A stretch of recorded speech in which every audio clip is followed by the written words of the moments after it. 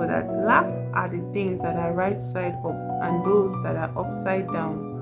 It doesn't matter because you are not doing the thing worth doing, which is lying down somewhere in a dimly lit place, enclosed in arms and supported by the core of the world. Hello everyone and welcome back to my channel. So I'm going to be arcing my neck a bit because I'm not used to I'm trying to adjust to being to using a mic, but hello everybody, welcome back to my channel where nothing happens to everything is a possibility. And on this wonderful calm afternoon, I'm making a reading vlog, okay? But this reading vlog is going to be different. I just want to see, when you read certain books and you just find yourself highlighting a lot of the lines. In fact, every page has several highlighted lines and quotes and all of that. I was like, what if I made a reading vlog just reading out these highlighted lines? Would it eventually capture the thing that I enjoyed from the story? Would it capture the picture that would it capture the story that reflected in my mind from reading this particular story? And I decided to do it. I decided to use this method for this specific author, Toni Morrison. Now, Toni Morrison is just everything to me, to be honest. I read Beloved a few months back and I'm still not over it. I'm still reeling from it, and it was so overwhelming, all of the things I got. I immediately started reading up on her, on Toni Morrison as a person, as an author, her history, her works, several things. And then I saw a lot of interviews, and those interviews were so profound and touching. I was like, oh my god, I really have to talk about this woman and this book. But somehow, that feeling of just seeing your idol, like a role model, and your heart is just so full, I can't speak. So the video of Beloved is coming definitely, but this one, I read this book. I read this before, reading Beloved here. I got Beloved the book this year, but last year I bought this trilogy, this volume of 3 of her works: The Bluest Eye, Beloved, and Jazz. And Jazz, Beloved was so interesting in the sense when I saw Beloved in the shop, I was like, oh, let's see what it's about. It just completely wiped from my head that this trilogy had Beloved amidst it. Yeah, so after reading it, and I remember that, oh, I have a certain Toni Morrison compilation, yeah, or volume. And then I opened it and I saw Beloved, the second story. So it was just funny to me, but I'm very happy I have 2 of her works, 2 of her books, in my collection. So anyway, since I'd read Beloved, I was like, okay. And I started The Bluest Eye last year. So I was like, instead of continuing The Bluest Eye, let me just read Jazz, which I've not touched. And Jazz was a trip. Oh my god, Jazz was a trip. And as I read it halfway, I was like, should I just make a reading vlog about it? But when I tried to make a reading vlog about it, it just seemed so as usual, it just seemed like a lot. You get, I was like, I want to properly, bring out at least one thing that I enjoyed from this book. Even though at this point of when I was reading it, then midway, I was like, how many things am I going to bring? How am I going to bring these things to life? It just seemed so much to me because she's my idol actually. So anyways, when I finished reading Jazz, I was like, you know what I just had this idea, to read my highlighted lines or to read off the highlighted pages, that I made a mark of in the book. And if you've not read Jazz before, if you've read Jazz before, it does not matter here. It's just would you be able to feel a story come out from all the things I highlighted? You get, so I'm not going to give a full narration or a recap in a way. I'm just going to leave it to you. So let's start. So I will begin. I hope the mic is really picking up my sound properly. You guys, I'm so excited about the mic as well. But so I'll begin from the very first page. I am the name of the sound and the sound of the name. I am the sign of the letter and the designation of the division. Thunder, perfect mind, Nag Hamadi. So On closer reflection, I was like, okay, maybe I have to go through this book as well. But something about me, I get really carried away, and if I try to start looking up this book, I might eventually leave this in the door. So I was like, okay, I will do that in its own time. But yeah, these quotes, I just want to say something. This lines, I am the name of the town, and the sound of the name feels like I am looking at the city. It's like a description of the city. Now, what is the city? The city is the primary location, the primary setting where this story happens. Okay. And the city expresses a kind of sentence as you read along, the book. But it is passive, it is not an active voice. So it's like, yeah, it's passive. But another thing again is that this jazz has a narrator, and I feel like now that I'm done with the book, it's like I was like, I'm like, Toni Morrison is the narrator. She's saying something here, and she's narrating a story. But like throughout, I kept trying to piece who the narrator could be from the characters in the story. Like I felt the narrator had something to point out, something to point out from the story they were telling me. You get, and it was like, I don't know, it just became a shock to me that I've gotten so used to, this style of writing, this one way of writing where like novels and books I've been reading recently where it's very clear cut who the narrator is, and and if the narrator is a character, is like you can make a dichotomy, or the dichotomy of either the narrator that wrote the book, that's the author, or the narrator that the story is, the character in the story is trying to let us, or the narration, a character in the story is trying to expose it for us, that kind of thing. But like here in jazz, those two things blur. Like jazz blurs the line between those two things, you get. And sometimes you think it's a character, that lady that rented her room out to do Trace, you think it's her, and then you think it's Alice, and then you think it's somebody that just have this microscope of binoculars trained on Violet. But like it's none of that. It's everything and nothing at the same time. So like when I got to the poetry at the end of the book, I realized it now like came clear to me that it was Toni Morrison that was actually narrating. Should I hold my mic like this? I don't know if it would be better. What I hope is that there is no noise, from the background. If there is noise, I'll be able to edit it out. You get, unlike before. So we're starting from page 4. There will be no explanation, just the reading of the line. Who, in parenthesis, who needed to stop feeling sorry for himself? But the children of suicides are hard to please and quick to believe no one loves them because they are not really here. Maybe she thought she could solve the mystery of love that way. Good luck and let me know.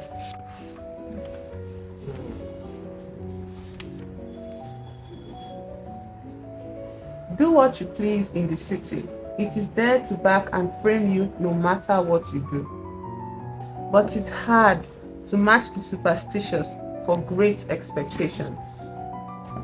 Now this has several lines highlighted, so I'll just go from one to the other to the other. And it is the absence of accusation. Her lips don't turn down in judgment. The girl's face looks greedy, haughty, and very lazy. It's the face of a sneak, an inward face. Whatever it sees, it is its own self. You are there, it says, because I am looking at you.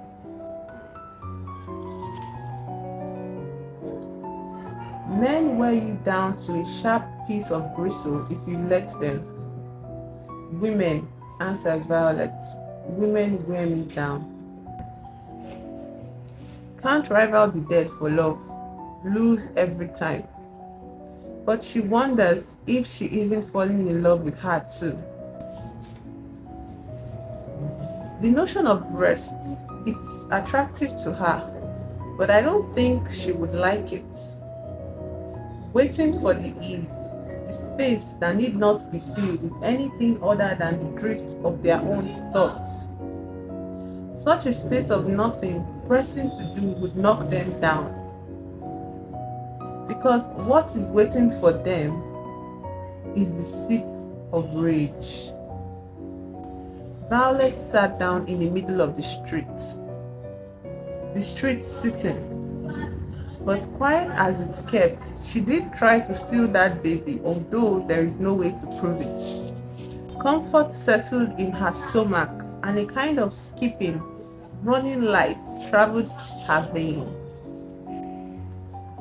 At a corner not 100 yards away from the Vita carriage she took it from, the little knot of people, more and more furious at the stupid, irresponsible sister, had just about forgotten the kidnapper. And who knew what else was going on in the head of a girl too dumb to watch a baby sleep? It sounded unlikely and mighty suspicious to a minority. The memory of the light that had skipped through her veins came back now and then. She imagined a brightness that could be carried in her arms, distributed if need be into places dark as the bottom of a well. Her private cracks, however, were known to him. I call them cracks because that is what they were, not openings or breaks, but dark fissures in the globe light of the day. But she does not see herself doing these things. She sees them being done. Globe light holds and bathes each scene, and it can be assumed that at the curve where the light stops is a solid foundation. There is no foundation at all, but alleyways, crevices one steps across all the time. But the globe light is imperfect too. Closely examined, it shows seams, ill-glued cracks, and weak places beyond which is anything. Sometimes when Violet isn't paying attention, she stumbles onto these cracks, like the time when, instead of putting her left heel forward, she stepped back and folded her legs in order to sit in the street. Long before Joe stood in the drugstore watching a girl buy candy, Violet had stumbled into a crack or two, felt the anything at all begin in her mouth, words connected only to themselves, pierced an otherwise normal comment. Who is that pretty girl standing next to you? What? What you say? Oh, nothing. I mean, nothing. Pretty girl? Nothing, Joe, nothing. She means nothing can be done about it, but it was something slight but troublesome. Violet shuts up, speaks less and less until awe or have mercy carry almost all of her part of a conversation. Less excusable than a wayward mouth is an independent hand that can find in a parrot's cage a knife lost for weeks. Over time, her silences annoy her husband, then puzzle him, and finally depress him. He is married to a woman who speaks mainly to her birds, one of whom answers back, "I love you." That you could replay in the brain the scene of ecstasy, of murder, of tenderness, but it was drained of everything but the language to say it in. Regarding his marriage to Violet, he had not chosen that, but was grateful in fact that he didn't have to. The slumped spines of the veterans of the 27th Battalion betrayed by the commander for whom they had fought like lunatics. But how soon country people forget. When they fall in love with a city, it is forever, and it is like forever. Just that what they start to love is the way a person is in the city. The amazement of throwing open the window and being hypnotized for hours by people on the streets below. Little of that makes for love, but it does pump desire. And he'll think it was the woman he wanted and not some combination of curved stone and a swinging, high-heeled shoe moving in and out of sunlight. He would know right away the deception, the tricks of shapes and light and movement, but it wouldn't matter at all because the deception was part of it too. In no time at all, he forgets. He forgets a son that used to slide up like the yolk of a good country egg, and he doesn't miss it, doesn't look up to see what happened to it or to the stars made irrelevant by the light of thrilling, wasteful street lamps. The city is what they want it to be. Thriftless, warm, scary, and full of amiable strangers. But I have seen the city do an unbelievable sky, along with the children who made a mistake in the parents they chose, or mirrored in the eyes of sweethearts furtive and happy under the pressure of a deep, touchable sky. Important things like how the hibiscus smells on the bank of a stream at dusk, how he can barely see his knees poking through the holes in his trousers in that light. So what makes him think he can see her hand even if she did decide to shove it through the bushes and confirm, for once and for all, that she was indeed his mother? And even though the confirmation would shame him, it would make him the happiest boy in Virginia.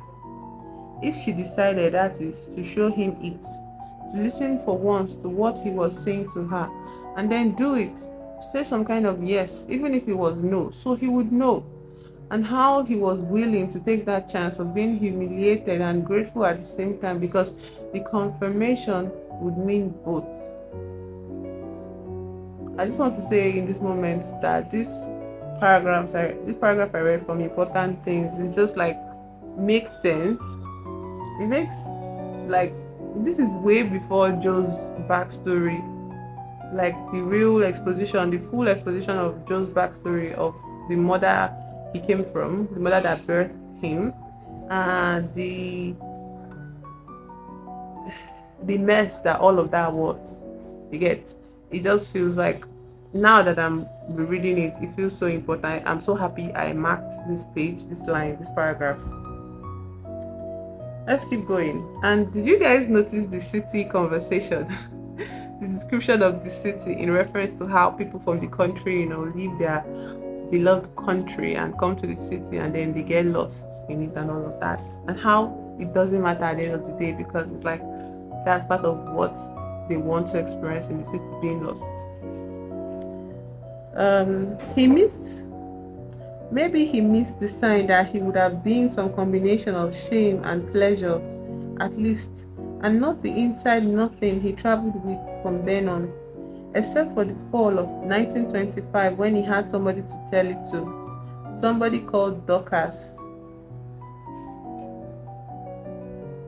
What that inside nothing was like, and who filled it for him just as he filled it for her, because she had it too.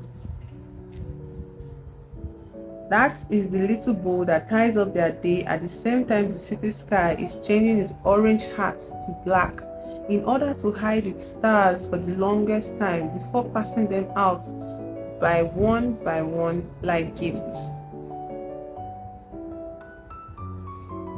Out of context, like this line just reads so beautifully. Like out of context, like I feel like you don't have to know the story of jazz for you to appreciate these lines. It's just poetry, actually. Well, he says, well, no point in picking the apple if you don't want to see how it tastes. How does it taste, Joe? She asks.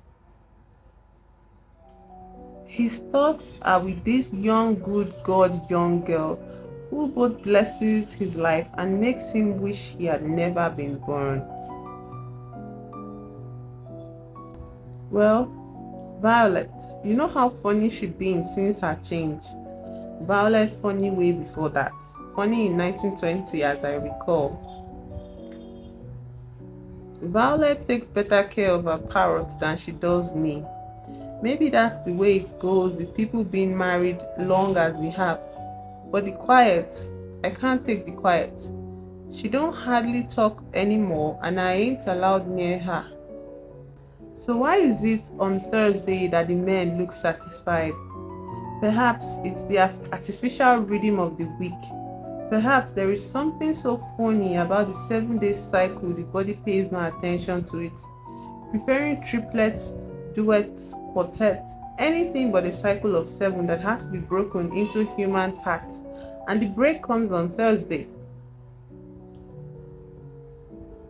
But let me just read this whole passage because I like this passage on Thursday. Irresistible, the outrageous expectations and inflexible demands of the weekend are null on Thursday. people look forward to weekends for connections, revisions, and separations, even though many of these activities are accompanied by bruises and even a spot of blood. For excitement runs high on Friday or Saturday, but for satisfaction, pure and deep, for balance in pleasure and comfort, Thursday can't be beat, as is clear from the capable expression on the faces of the men and their conquering stride in the streets. They seem to achieve some sort of completion on that day that makes them steady enough on their feet to appear graceful even if they are not. It doesn't last, of course, and 24 hours later they are frightened again and restoring themselves with any helplessness within reach. So the weekends, destined to disappoint, are strident, sullen, sprinkled with bruises and dots of blood. The regrettable things, the coarse and sore remarks, the words that become active boils in the heart. None of that takes place on Thursday. I suppose the man for whom it is named would hate it, but the fact is, his day is a day for love in the city and the company of satisfied men. They make the women smile. The tunes whistled through perfect teeth are remembered, picked up later and repeated at the kitchen stove. In front of the mirror, near the door, one of them would turn her head to the side and sway, enchanted with her waistline and the shape of her hips. Up there in that part of the city, which is the part they came for, the right tune whistled in a doorway or lifting up from the circles and grooves of a record can change the weather from freezing hot to cold. So like the title of the book is Jazz, yeah, and throughout the book you will see Toni Morrison sprinkling and watering everything with a music moment, in the sense of the guys, the men that gather on the rooftops and just play a tune, play their clarinet, play their trumpet, or I don't know, like the instruments are really described here. So don't worry, I'll get to those parts. But when I started seeing it a lot, I was like, oh, jazz, that's the name of the that's the name of the book. Like, so now I'm on page 54. And women who knew no English at all and would never own a pair of silk stockings moved away from her if she sat next to them on the trolley. But hurt was better than fear. She instructed her about deafness and blindness and how valuable and necessary they were in the company of white women who spoke English and those who did not, as well as in the presence of their children. Privately, Alice admired them. But this envy-strict pleasure Alice closeted.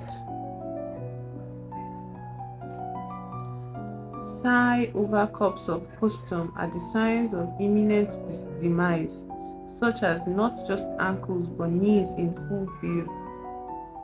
They did not know for sure, but they suspected that the dances were beyond nasty because the music was getting worse and worse with each passing season. The Lord waited to make himself known, down to places below the sash and the buckled belts. When the men playing the low-down stuff that signaled imminent demise. Alice thought the low-down music had something to do with the silent black women and men marching down Fifth Avenue to advertise their anger over 200 dead in East Louis, 2 of whom were her sister and brother-in-law killed in the riots. So many whites killed, the papers would not print the number, were refused the services of the YMCA and came home to white violence more intense than when they enlisted. Stateside fighting was pitiless and totally without honor. Others said they were white terrified by the wave of southern Negroes flooding the town, searching for work and places to live, and said how perfect was the control of workers, none of whom, like crabs in a barrel, requiring no lead, no stick, not even a monitoring observation, would get out of the barrel. Alice, she knew the truth better.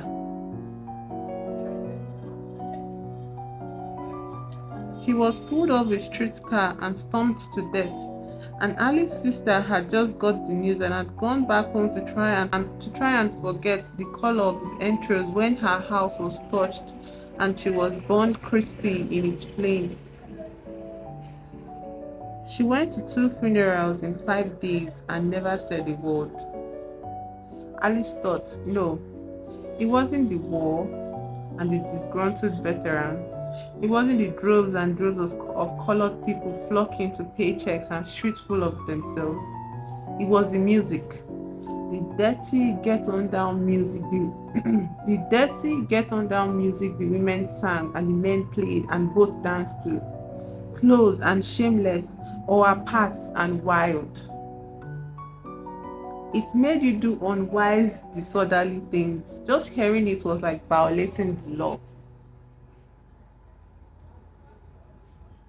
Alice carried that gathering rope with her always after that day on 5th Avenue and found it reliably secure and tight.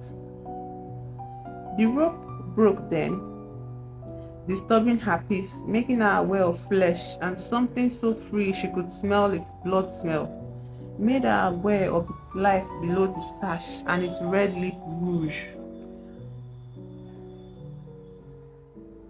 She knew from sermons and editorials that it wasn't real music, just colored folk stuff, harmful certainly, embarrassing of course, but not real, not serious. Yet Alice Manfred swore she had a complicated anger in it, something hostile that disguised itself as flourish and roaring seduction. But the part she hated most was its appetite. These juke joints, barrel hooch, tongue house music. It made her hold her hand in the pocket of her apron to keep from smashing it through the glass pane, to snatch the world in her fist and squeeze the life out of it for doing what it did to her and everybody else she knew or knew about. Better to close the window and the shutters, sweat in the summer heat of a silent 15-place apartment than to risk a broken window or a yelping that might not know where or how to stop. This is so desperately sad.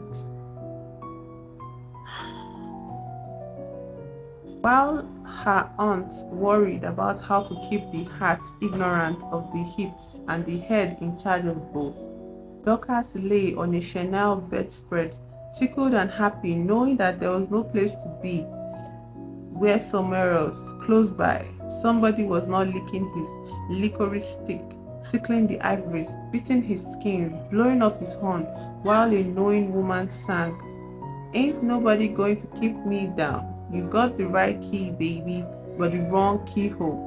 You got to get it, bring it, and put it right here, or else." Oh my God, songwriting at its peak. The version is so versatile. Is that not like perfect song lyrics?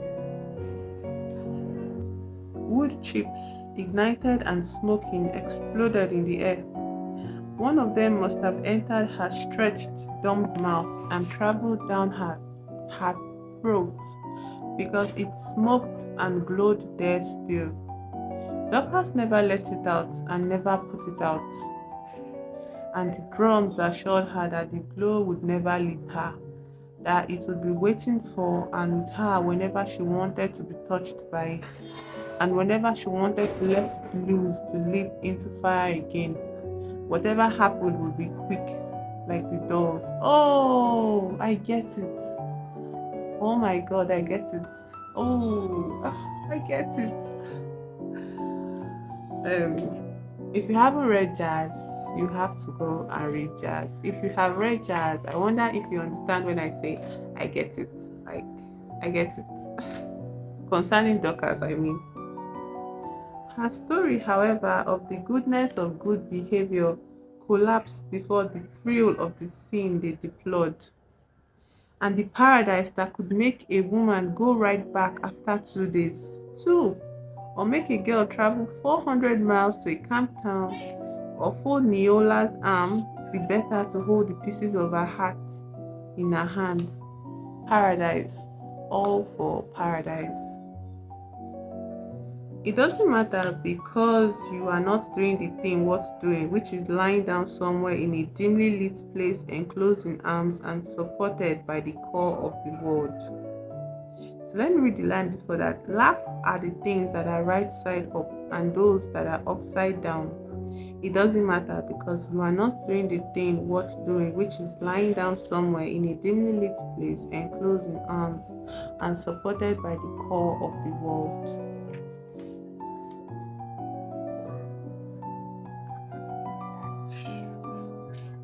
Covering your moans with its own. They believe they know before the music does what their hands, their feet are to do. But that illusion is the music's secret drive. The control it tricks them into believing is theirs, the anticipation it anticipates. They know that a badly dressed body is nobody at all.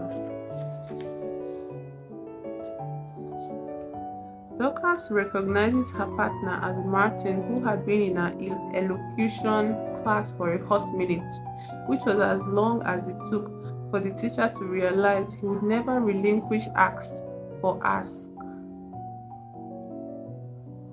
That was what her hunger was like. That was what her hunger was like. Mesmerizing, directed, floating like a public secret just under the cloud cover.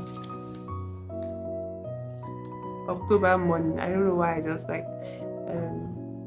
that. I think it's because I was reading it in October. Like I started reading this book in October, like it was late October, yeah. The peppermint girl with bad skin.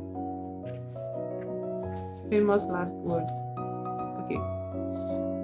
In a group such as this one, they could do with impunity what they were cautious about alone with any man, stranger or friend who rang the doorbell.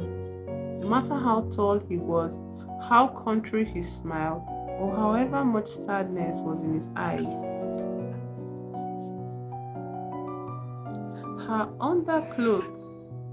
Okay. I always believed that girl was a pack of lies. I could tell by her walk. Her underclothes were beyond her years, even if her dress wasn't. She might have known what was happening under her nose. The woman who avoided the streets let into her living room the woman who sat down in the middle of one. Talking of when Alice opened her door to Violet Trace. Alice Manfred opened her door to Violet Trace.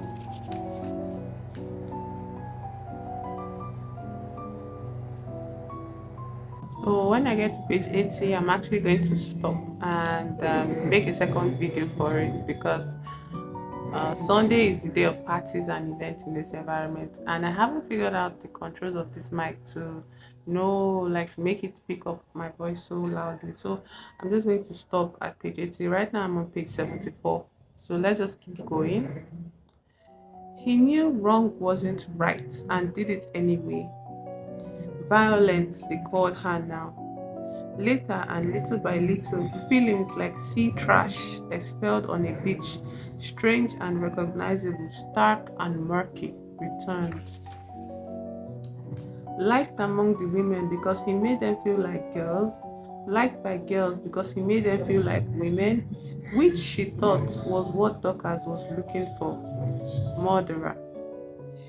She wondered about the hysteria, the violence, the damnation of pregnancy without marriageability. The moment she got breasts, they were bound and resented, a resentment that increased to outright hatred of her pregnant possibilities. Her parents were murmuring about grandchildren, same time and in turn resenting the tips showing and growing under the chemise of Alice's younger sisters, resenting the blood spots, the new hips, the hair. Growing up under that heated control, Alice swore she wouldn't, but she did pass it on. She passed it on to her baby sister's only child. And thinking war thought, although war was what it was, which is why she had chosen surrender and made Dorcas her own prisoner of war. Black women were armed, black women were dangerous, and the less money they had, the deadlier the weapon they chose. God's wrath, so beautiful, so simple. Their enemies got what they wanted, became what they visited on others. Any other kind of unarmed black woman in 1926 was silent or crazy or dead. But easy pickings, natural prey, I don't think so. I don't think so. And the final page. I'm not the one you need to be scared of. No, who is? I don't know. That's what hurts my head. So thank you for listening to my. I don't know if the music is entering my video right now. My microphone is working against it. But like so far, I don't know if this quotes make sense to anybody. Like if you've not read jazz, but like aside out of context, okay, out of context, do you think that like did any quote like stand out to you? Like if any quote stood out to you, like you can let me know. Then I'll now tell you the context of the quote. You get like it's just like a fun game for us in the comments. You get that's if you want, yeah. But for those people that have read jazz, like you can just put ahead of time your favorite quotes if they're not in the pages I've read, and when we get to them, I'll actually like mark them out and like explore it further.